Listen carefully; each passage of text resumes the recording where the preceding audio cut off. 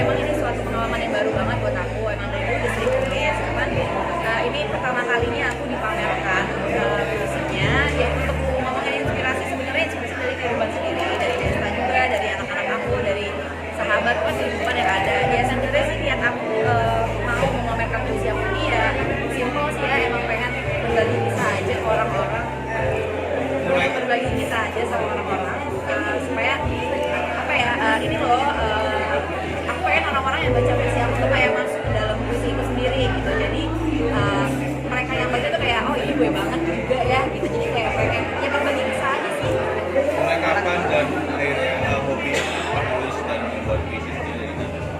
Dari aku SMP sebenarnya, jadi udah banyak banget nulis. Ini tantangan tersendiri karena kebetulan waktu itu dari Noi PR-nya kalian itu nyuruh aku kayak dalam waktu cuma seminggu, sampai akhirnya aku stuck sendiri karena nggak pede. Ini kan dilihat orang banyak gitu, takutnya ya aku takutnya sendiri kalau orang-orang nggak bisa terima karya aku gitu. Tapi ya akhirnya aku kayak lebih lepas aja, lebih jujur sama diri aku sendiri bahwa aku tulis ini ya buat selain buat orang ya emang ini buat kita aku sendiri gitu.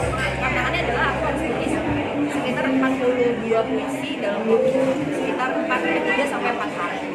Ingat nggak sih kapan? Melihat istri membacakan puisi, dari situ ada juga puisinya tentang awal mengenal tentang tahun yang lalu. Gue sih tahu cuma Caca emang suka nulis udah jauh puisi ya. Mungkin pernah beberapa kali mungkin mah teman-temannya puitis gitu. Nah tadi pas dibacain ya. Iya bisa ya. Sebenarnya emang nggak tahu banget sih ya, cuman ya dia tahu aja kan. Ya udah gitu ya. Cukup tahu aja. Berarti baru mengetahui juga Caca mengenai dirinya. Baru mengetahui juga pas menceritakan puisi seperti apa? Dulu pernah sempat kepikiran untuk bikin buku isinya puisi kan. Dan itu gue udah tahu kalau dia emang punya banyak puisi. Emang kalau tadi dibacain baru pertama kali. Gimana mungkin mendengarnya? Ya tersentuh ya. Berasa kayak ya berasa kena di hati aja.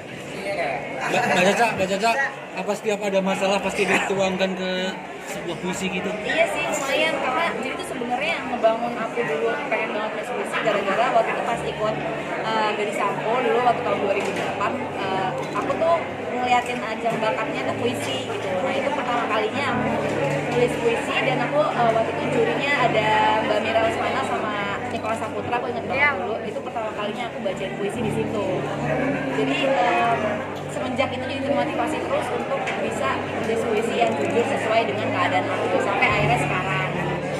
Ingat nggak sih kapan pertama kali kamu tadi sempat tulisan puisi kamu dan seperti apa pertama kali oleh juri dan banyak?